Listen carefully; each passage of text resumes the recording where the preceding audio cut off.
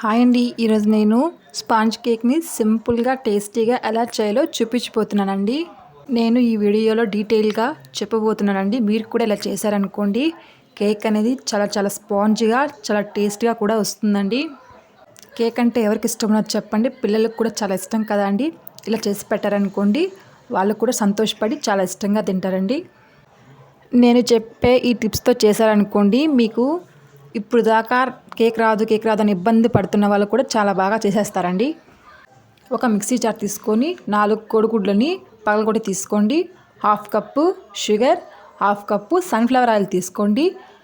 ఆయిల్తో కేక్ అనేది చాలా బాగా వస్తుందండి. మనం కోడిగుడ్లు తీసుకున్నాం కదండి, నీసు వాసన వస్తుందని 1/2 స్పూన్ నిమ్మరసం తీసుకుంటున్నానండి.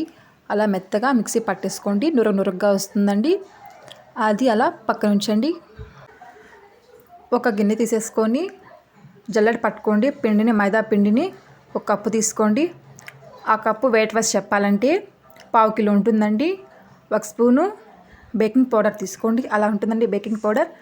అది వేసుకొని బాగా జల్లించుకోండి. చిటికెడంత సాల్ట్ కానీ వేసుకోండి. వెయిట్ వైస్ చెప్పాలంటే మైదా పిండి 1/2 కిలో, ఆ చక్కెరని ఆ కప్పుతోనే 1/2 తీసుకోండి, సరిపోతుంది.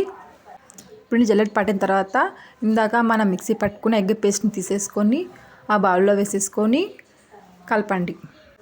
ఫ్లేవర్ కోసం వెనిలా ఎసెన్స్ 1 స్పూన్ యాడ్ చేస్తున్నానండి. మీ దగ్గర ఉంటే యాడ్ చేసుకోండి, లేకపోతే పర్లేదండి. అలా యాడ్ చేసుకున్న తర్వాత ఒకే డైరెక్షన్లో కలపండి. ఇలా అయినా ఎలా అయినా ఒకే ఒక డైరెక్షన్లో కలిపితేనే మనకి కేక్ అనేది చాలా బాగా వస్తుందండి. అట్లా కలపొద్దు. నేను చూపిస్తాను కదండి, అదే డైరెక్షన్లో కలిపేసేయండి. అలా కలుపుతున్నప్పుడు టెస్ట్ చేసుకోండి. పిన్ అనేది చిక్కగా ఉండకూడదు, పలుచగా ఉండకూడదు. అలా కంటితో చూపించినప్పుడు అలా వస్తే చాలండి. అలా బ్యాటర్ రెడీ అయిపోతుంది. పక్కన ఉంచండి దాన్ని. ఇప్పుడు నేను కేక్ ప్రిపేర్ చేయడానికి కేక్ బౌల్ని టెస్టింగ్ చేసి తీసుకున్నానండి. దగ్గర బటర్ పేపర్ ఉంటే అదన్నా వేసుకోవచ్చు. ఇందాక మనం కలిపి పెట్టుకున్న పిండిని తీసుకొని ఆ కేక్ బౌల్లో వేసేసుకోండి. అలా మొత్తం వేసేసుకోండి. 2-3 టైమ్స్ అలా ట్యాప్ చేయండి. మధ్యలో ఏ బబుల్స్ ఏమైనా ఉంటే కవర్ అయిపోతాయండి.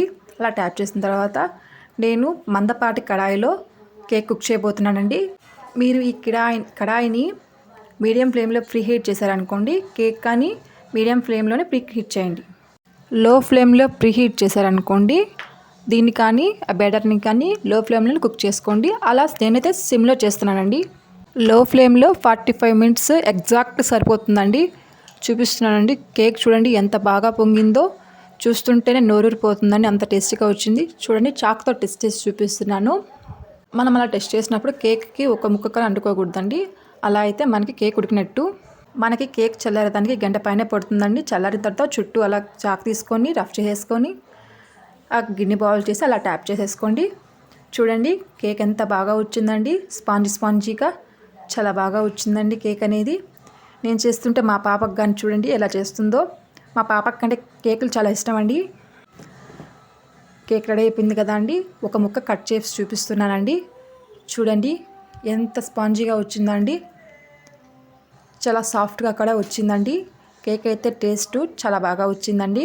మా పిల్లలకి మాకు చాలా బాగా నచ్చిందండి. ఈ వీడియోని స్కిప్ చేయకుండా చూసారంటే మీరు కూడా చాలా బాగా చేసేస్తారండి. ఇలా చేశారనుకోండి, మీకు మీ పిల్లలకి కూడా చాలా బాగా నచ్చుతుంది. చాలా సంతోషంగా తినేయచ్చండి కేక్ని. బయట స్వీట్ షాప్లో కూడా కన్నా చాలా బాగా వచ్చిందండి.